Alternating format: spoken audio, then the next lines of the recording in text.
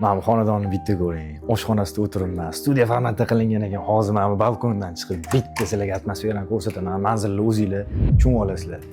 Sebzordamiz, ko'rasizlar. Mana 146-maktab qizil tomli bo'lib turibdi. O'rtamizda basseyn, o'ng tarafdan 28-bog'cha. At-Termiziy masjidini ko'rasizlarmi? Shundoq ko'rinib turadi. To'g'rimizda makro. Bilasizlar, Rivera makroni Sebzorni eng yaxshi nuqtalaridan. Lokatsiya bomba. 9-qavatda shovqinli bo'lmaydi, toza havo, hadeb uylar changam bo'lmaydi. Ayollar juda yaxshi unishadi. Hozir biz balkonda turibmiz. Tushilga foydalansanglar bo'ladi. Mana bolalarga bezopaslik qilib o'zi sho'tkalar bilan yopilgan. Ketdik, xonadonimizni ko'rsataman.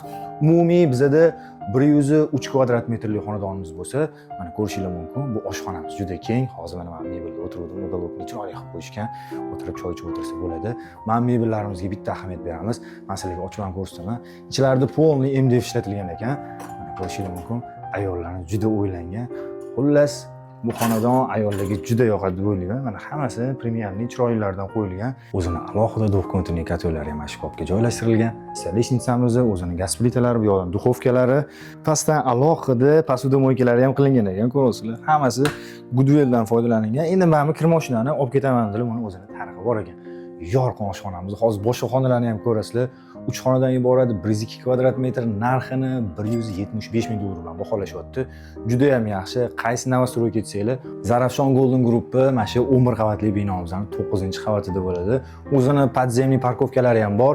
Endi u yerda bu xonadonga tegishli parkovka yo'q. Tashqarisida lekin bog'cha, maktab, lokatsiya haqiqatan bomba. Hozir boshqa xonalarni ham ko'rsataman. Bitta ko'rib maza qilasizlar. Mana bu astrologlarni ko'rasizlar, o'zini mana bu mebellari ham bor, chiroyli holatda bo'lib turibdi. Hamma narsa qoladi. Bu yerda bizning prixojamiz bo'ladi. Ko'rishingiz mumkin, juda keng, yorqin lyustralarga ham ega. Bu yoqdan biz podyezddan kirib kelish bo'ladi. O'ng tarafdan o'zini alohida garderobniklari ham qilingan. Xullas, xonadonimiz juda ham qulayligi o'ylangan. Bu yoqdan o'zini iskusunniy gullari va alohida mehmonxona. Mehmonlarni to'rt eshikdan olib kiraveramiz. Ko'rishingiz mumkin, yorqin bo'lib turibdi. Lyustralari o'zini mana bunaqa 12 kishilik stol ustullari bor, tashqariga qaragan derazalar mavjud. Har bir xonamiz o'zini radiator tizimlariga ega. Endi cho'pli pol qayerda desanglar, hammom tualetlarda bor va mana kafil qilgan joylar. Oshxonamiz polni cho'pli pol va mana yo'ligimiz.